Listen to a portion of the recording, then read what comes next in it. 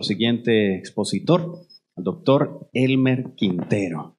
Doctor, el Señor le bendiga, Dios le guarde. Muchísimas gracias por estar con nosotros y estamos contentos de que esté con nosotros. ¿Cuánto le damos la bienvenida al doctor Elmer Quintero? Ok, doctor, el Señor le siga usando. Muchas gracias, pastor. Buenos días. Los que tengan la posibilidad de arrodillarse, les voy a pedir que nos arrodillemos, hagamos una oración antes de abrir la palabra del Señor.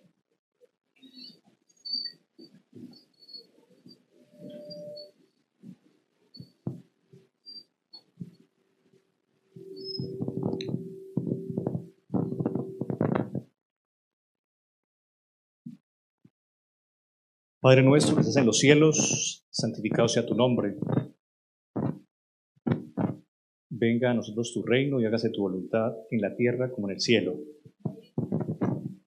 Danos el pan de cada día a través de tu palabra en esta hora, Señor.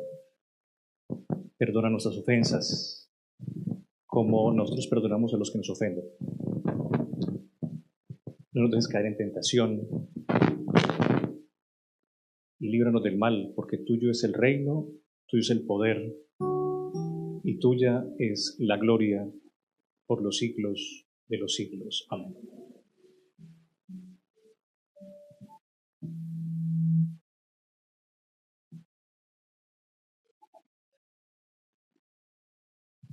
El espacio para este momento es la deidad o la divinidad.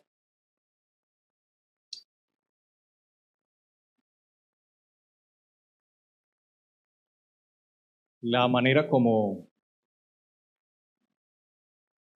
se conoce a Dios es a través de la revelación. La revelación. Es decir, Dios dice cómo es Él. Romanos 1, versículo 19.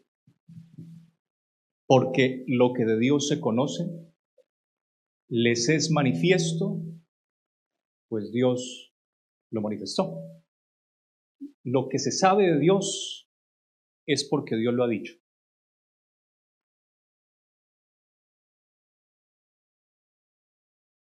Ahora, Dios, lo que dice de Él, lo que Él afirma de Él, se debe asumir de manera evidente. Y eso nos lo deja ver también el versículo 19 de Romanos 1. Entonces, en primer lugar, la autorrevelación de Dios la sugiere Romanos 1, 19. Romanos 1, 19. Porque lo que de Dios se conoce les es manifiesto, pues Dios lo manifestó. Entonces, el primer principio que debemos revisar en esta hora es el de la autorrevelación. Dios dice cómo es Él. Y en segundo lugar, lo que Dios dice de Él se debe asumir así. No se debe interpretar, no se debe suponer. Porque lo que de Dios se conoce les es manifiesto, pues Dios lo manifestó. Dos principios. Número uno, autorrevelación. Número dos, revelación evidente. Lo que Dios dice de Él, lo que Dios manifiesta de Él, es así. Y en tercer lugar, revelación absoluta. Hebreos capítulo 1, versículo 1. Porque Dios, habiendo hablado de muchas formas y de muchas maneras a nuestros padres por los profetas, en los postreros días nos ha hablado por medio del Hijo. Entonces hay una dialéctica o un tránsito de la revelación. Dios muestra quién es Él a través de los profetas. Pero hay una revelación mayor, una revelación suficiente. Lo que pasa con esa revelación es concluyente y es la referencia para todas las otras revelaciones. O sea, lo que Jesús dijo y lo que Jesús hizo es suficiente. Porque Él es el heredero de todas las cosas y por quien Asimismo, Dios hizo el universo. Y porque Él es la imagen del Dios invisible, o sea, Él es Dios. Entonces, tenemos, número uno, el primer principio, Dios dice cómo es Él. Número dos, lo que Dios dice es evidente, no hay que suponerlo, no hay que interpretarlo. Y en tercer lugar, encontramos la mayor manifestación de la revelación de Dios en la persona de Jesucristo. Por eso, hace un momento se hacían algunas preguntas con respecto al Dios del Antiguo Testamento, Jehová del Antiguo Testamento, Yahweh, Elohim, Olán, el Shaddai, las formas como Dios a través de los profetas se manifestó. Pero lo que pasa en el Nuevo Testamento, lo que pasa con Jesucristo es la revelación máxima. Entonces, debemos concentrarnos en lo que pasa en la vida, en la obra y en las palabras de Cristo, para que de esa manera concluyamos la manera como Dios es. Entonces puede haber algunas confusiones, aparentes confusiones, por lo que pasó en el Antiguo Testamento, pero lo que pasa en el Nuevo, o sea, lo que pasa en la revelación de Jesucristo, nos deja con claridad las ideas con respecto a lo que Dios es. Ahora, la revelación es una revelación escrita, no solamente es una revelación hablada, no solamente una revelación manifiesta, realizada por Dios, obrada por Dios, sino que también es una revelación escrita. Y entonces, la escritura, ¿cómo se debe asumir? La escritura. ¿Cómo se debe asumir la escritura? La revelación material de Dios, la revelación escrita de Dios. ¿Cómo se debe asumir?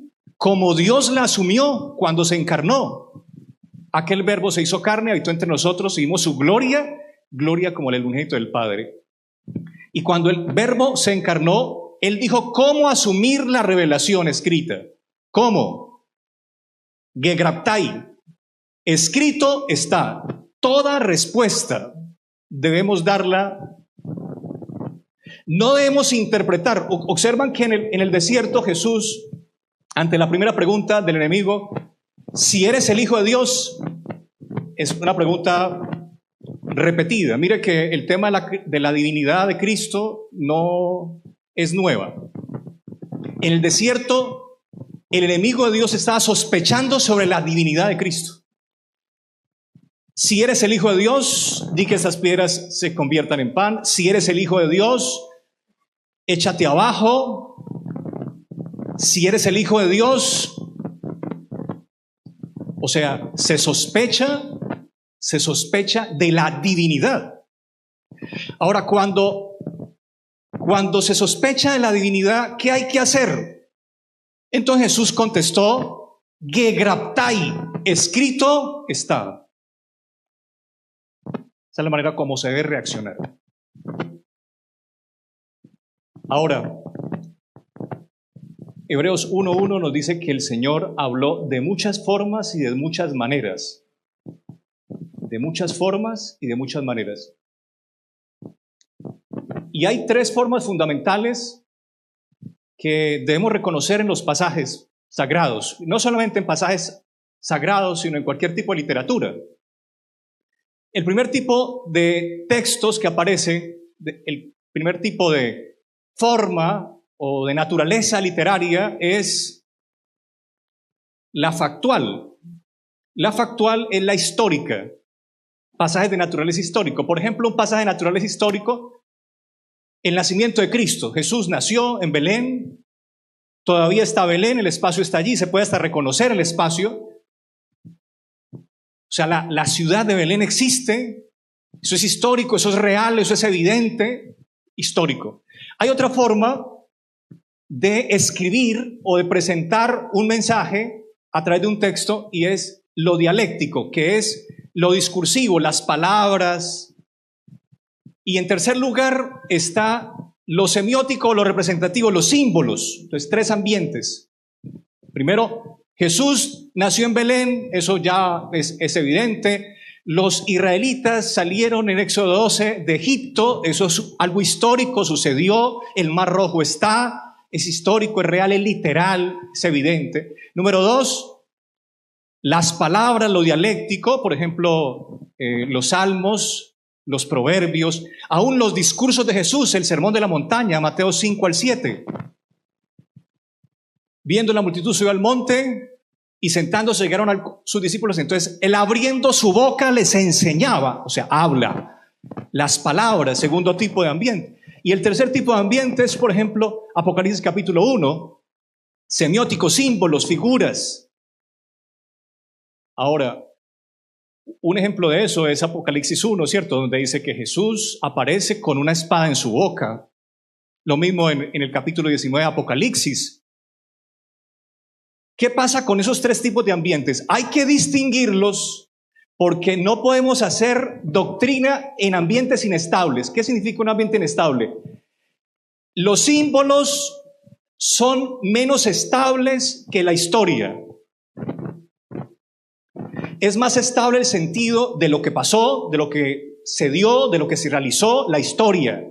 Entonces hay pasajes históricos, hay pasajes discursivos, y bueno, el discurso es un poquito más estable que los símbolos. El sermón de la montaña pues es más estable que Apocalipsis 1, ¿cierto? Las palabras de Jesús, los sermones de Jesús son más estables que los símbolos de Apocalipsis. Yo no puedo hacer doctrina de la naturaleza de Cristo sobre Apocalipsis 1. O sea, yo no puedo decir, Jesús en este momento está en el cielo y tiene una espada en la boca, porque ahí hay un ambiente simbólico. ¿Me siguen? Las palabras ya tienen un nivel mayor de literalidad, las palabras, pero lo que más tiene literalidad es la historia. Entonces, debemos afirmarnos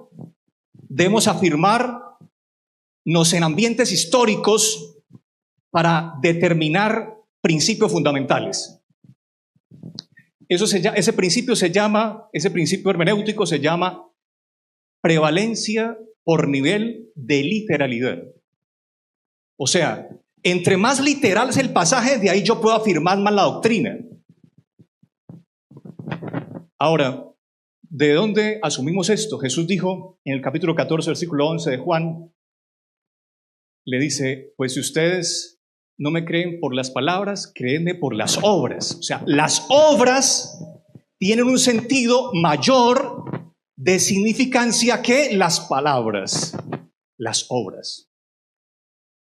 Muy bien, pensando en esto, vamos a revisar un aspecto de la divinidad en esta hora. La naturaleza de Dios o la ontología. ¿Cómo es Dios físicamente? Volvamos al primer principio. Dios reveló cómo es físicamente. Segundo principio, lo que Dios mostró de Él es así. No se debe entender de otra manera. Y en tercer lugar, en Jesucristo, Dios se mostró como es físicamente también. Ahora,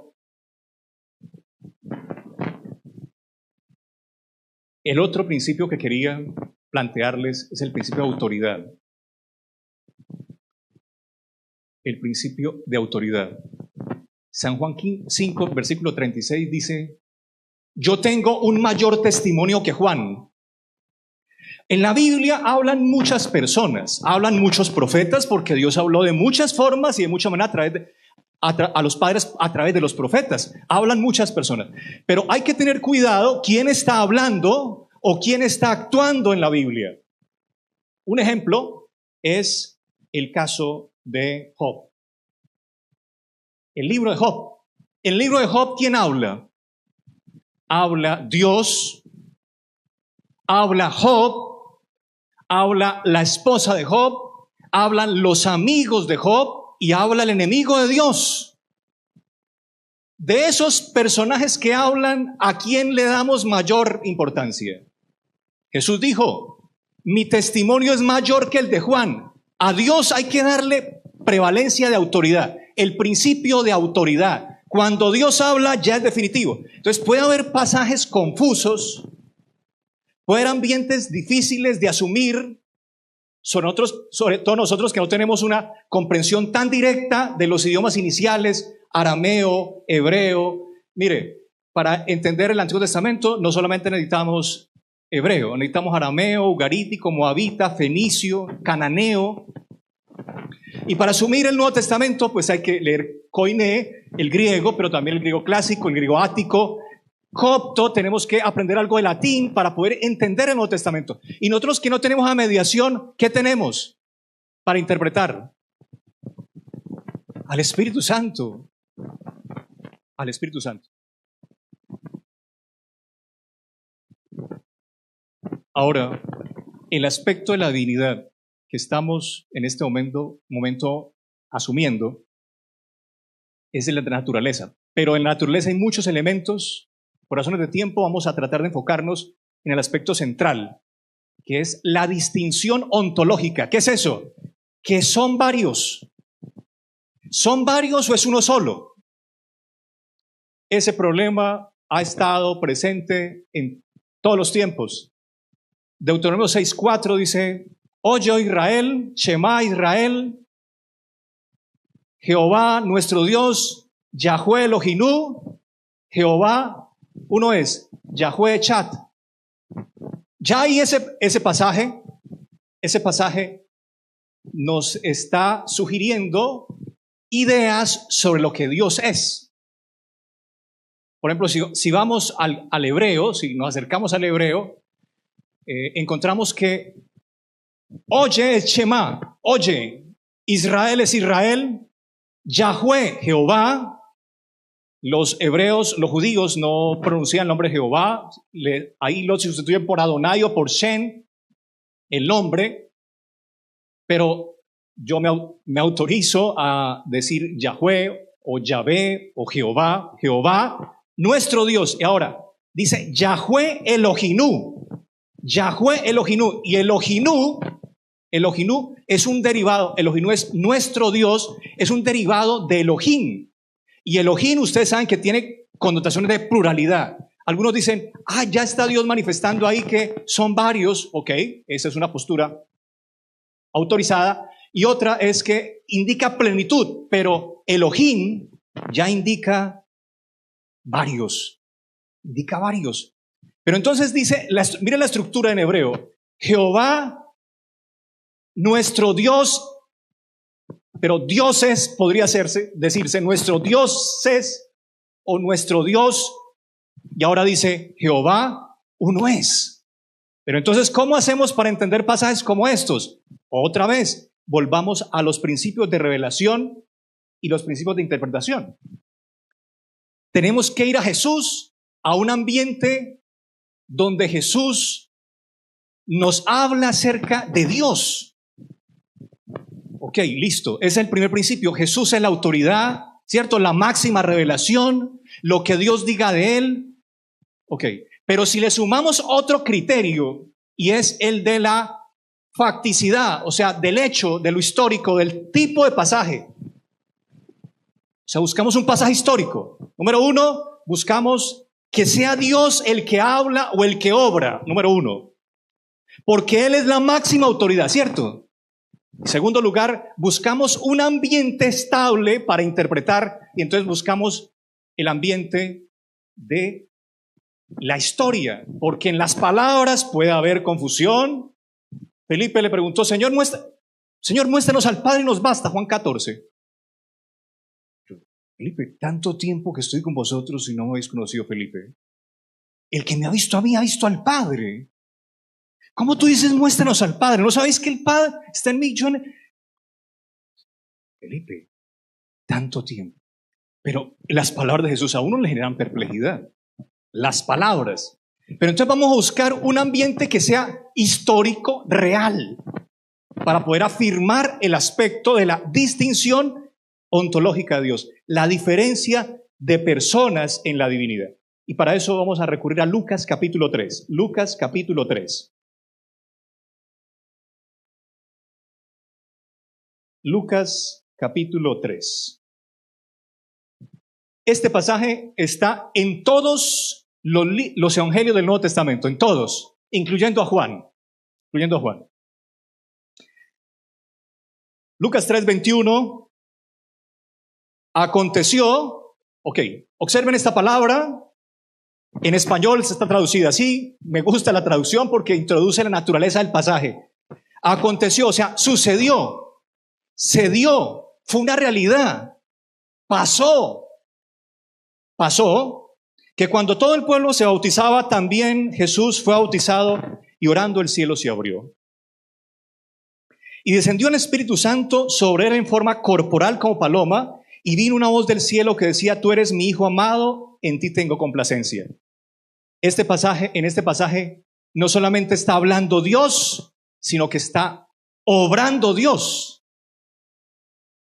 Y como está obrando Dios, es un pasaje histórico. Entonces es referencia de doctrina, porque es un pasaje histórico. Y Dios es el que está actuando. Y Dios es el que está hablando. Ahora,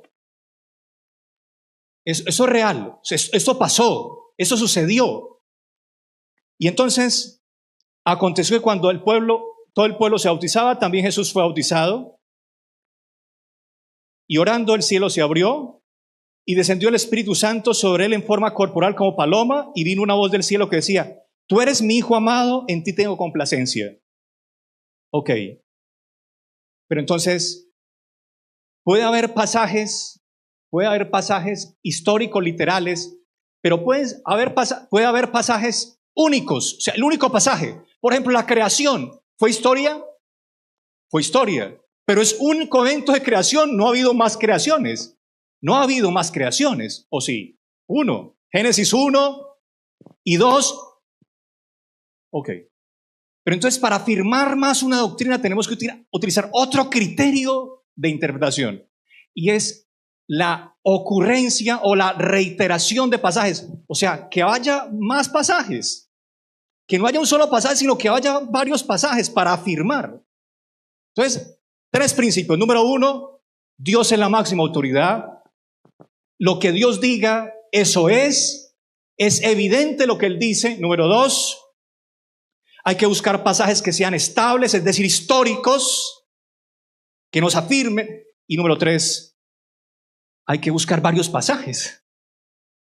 Entonces hay varios pasajes, y por eso Dios en los evangelios, en Mateo 3, si usted lee Mateo 3 y Marcos, Mateo 3, vayan a Mateo 3 conmigo, por favor, y aparece el mismo incidente. Es el mismo incidente, se repite la ocurrencia, o se da la ocurrencia nuevamente, ocurre. Ahora, Mateo 3, versículo 16. Y Jesús, después que fue bautizado, subió luego del agua.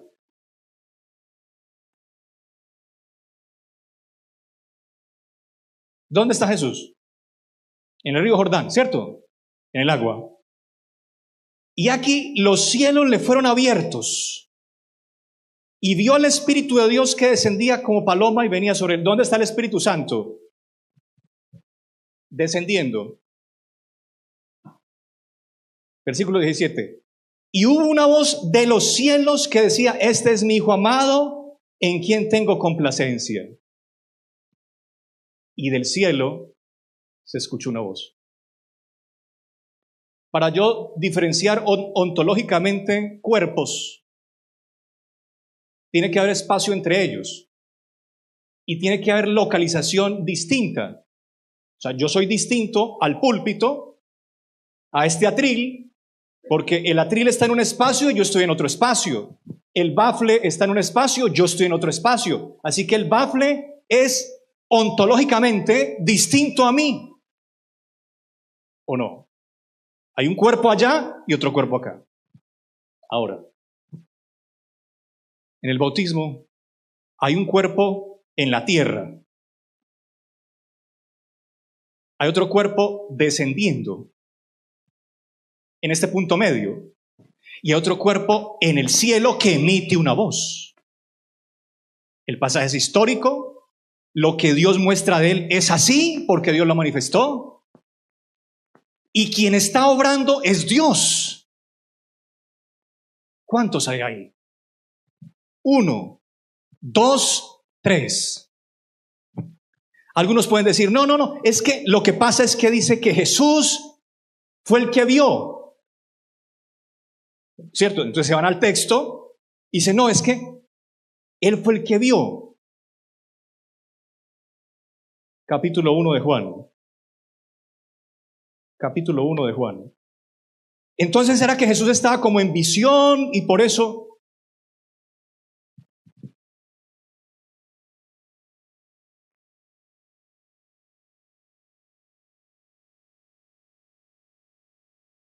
Versículo 29. Juan 1:29. ¿Quién bautizó a Jesús? Juan.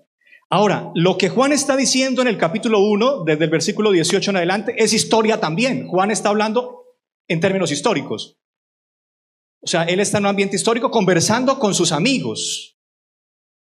El siguiente día vio Juan a Jesús que venía a él y dijo, he aquí el Cordero de Dios que quita el pecado del mundo. Ese es aquel de quien yo dije, después de mí viene un varón, el cual es antes de mí porque era primero que yo. Y yo no le conocía más para que fuese manifiesto a Israel, por esto vine yo bautizando con agua. Versículo 32. También dio Juan testimonio diciendo, vi al Espíritu que descendía del cielo. Esta es una confirmación fáctica, una confirmación histórica. No solamente Jesús vio al Espíritu, sino que Juan también lo vio. Jesús estaba en el río Jordán, el Espíritu estaba descendiendo y del cielo se escuchó una voz. Ok. Hechos 7:55. Vamos a buscar otro pasaje histórico que nos ayude a afirmar esta idea. Hechos 7:55. Ya se había ido al cielo, ¿cierto? Estamos en el libro de Hechos, capítulo 7. Ya Jesús en el capítulo 1 fue al cielo. Y Hechos, Acts en inglés, ¿cierto? Son hechos. Son hechos, o sea, es historia. Historia. Hechos 7:55. Apedreamiento de Esteban es el contexto. Pero Esteban, lleno del Espíritu Santo, puesto los ojos en el cielo, vio la gloria de Dios. Y a Jesús que estaba a la diestra de Dios. Otra vez lo leeré. Pero Esteban, lleno del Espíritu Santo, puesto los ojos en el cielo, vio la gloria de Dios y a Jesús que estaba a la diestra de Dios.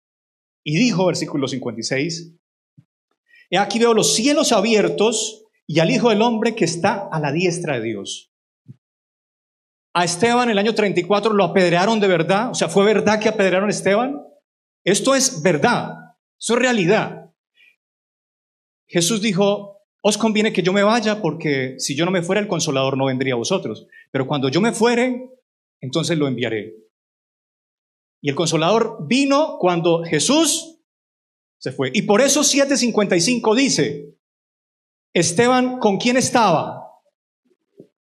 Con el Espíritu Santo, con el Espíritu de Dios, lleno del Espíritu Santo. El Espíritu Santo estaba en Esteban. El Señor Jesús hace una distinción. Dice, si me amáis, guardad mis mandamientos, yo rogaré al Padre y dará otro Consolador para que esté con vosotros para siempre. El Espíritu de verdad al cual el mundo no puede recibir porque no le ve ni le conoce. Pero otros le conocéis porque está con vosotros. Y un día estará en vosotros. El Espíritu Santo estaba en Esteban, lleno del Espíritu Santo. Ahora, una persona de la divinidad está con Esteban, ¿cierto? Puesto los ojos al cielo, vio la gloria de Dios, al Padre, y Jesucristo a la diestra. Uno con Esteban, el Padre y Jesús a la diestra. 3. 3 cuerpos.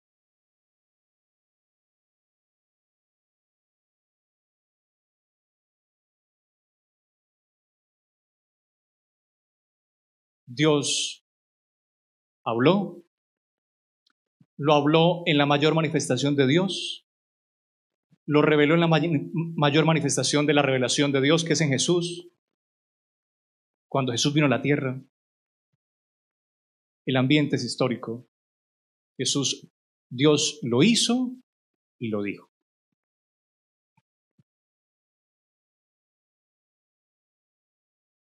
Ahora decimos, ¿qué cuerpos? Sí son cuerpos, está bien cuerpos, nos quedamos con los cuerpos, ¿cierto? ¿Y qué con la cognición, con la mente? Entonces son 3 cuerpos, por lo menos históricamente ya quedó eso afirmado. Yo no puedo empezar a suponer, no, está ahí.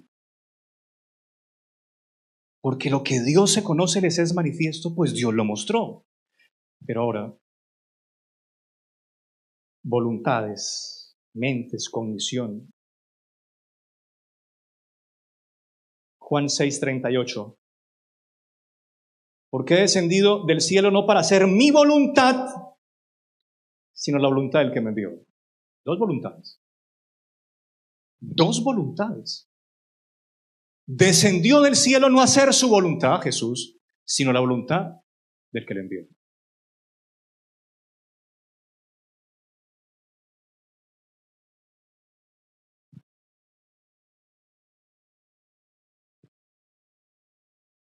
Distinción volitiva. El Padre tiene una voluntad, el Hijo tiene otra voluntad. Son 2 voluntades. ¿Quién lo está diciendo? Jesús. Bueno, no es suficiente, no es suficiente la declaración de Jesús. Ok, un pasaje histórico entonces, un pasaje histórico, otro pasaje histórico, Mateo capítulo 26.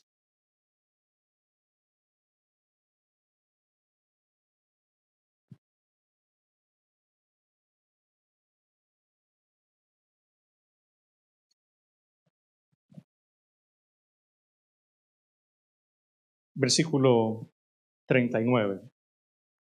Yendo un poco adelante, ¿Getsemaní fue verdad? Sí, fue verdad. Lo que pasó en Getsemaní sucedió en realidad, Eso es historia. Padre mío, si es posible, pase de mí esta copa, pero no sea como yo quiero, sino como tú.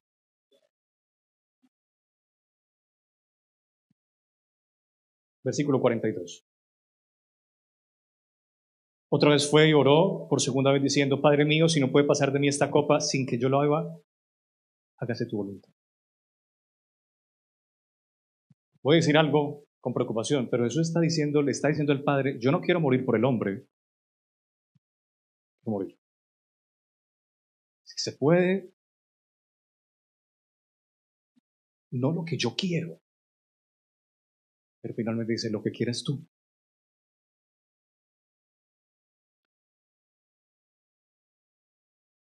Voluntades emplazadas. 2 voluntades. Ahora, hay otro asunto que distingue una personalidad. El doctor Figueroa ahorita está hablando de la personalidad, ante una pregunta que se hizo en el auditorio. La distinción de la personalidad del sujeto, la distinción del sujeto frente a los otros sujetos, es que ese sujeto puede conocer al otro sujeto.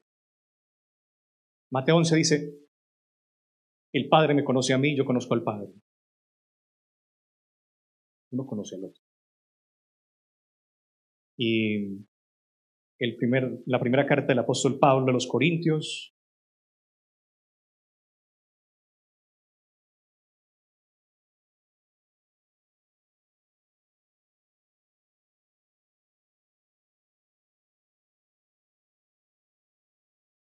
capítulo 2, versículo 10.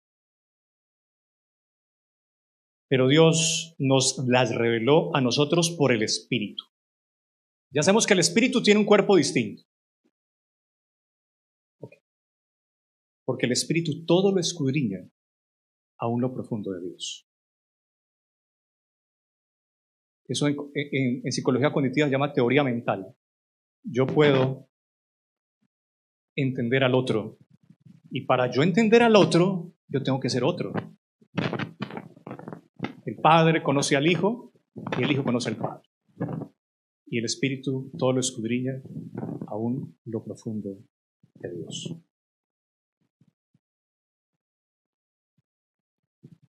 Ahora, en el cierre, identificación. El Padre es Dios.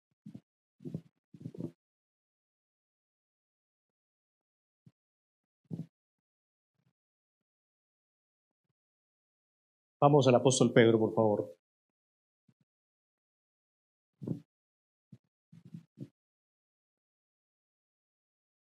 La primera carta del apóstol Pedro, capítulo 1, versículo 2. Elegidos según la presciencia de Dios Padre. Eso de que decimos Dios Padre, Dios Hijo y Dios Espíritu Santo, la Biblia lo deja. ¿Cómo llama la Biblia al Padre? Dios. Dios Padre. Elegidos según la presciencia de Dios Padre. Marcos capítulo 1, versículo 1.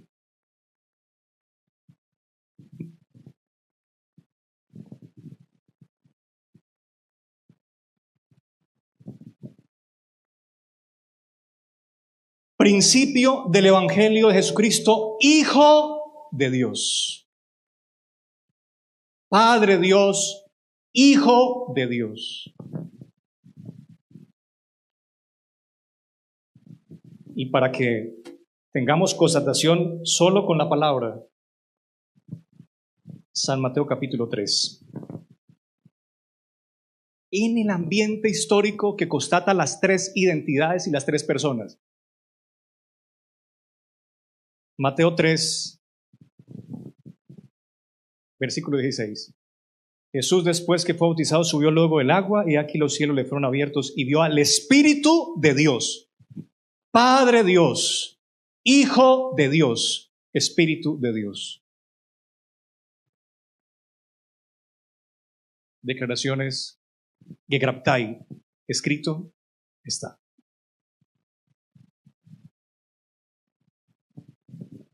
Vamos a escuchar ahora al auditorio formular preguntas.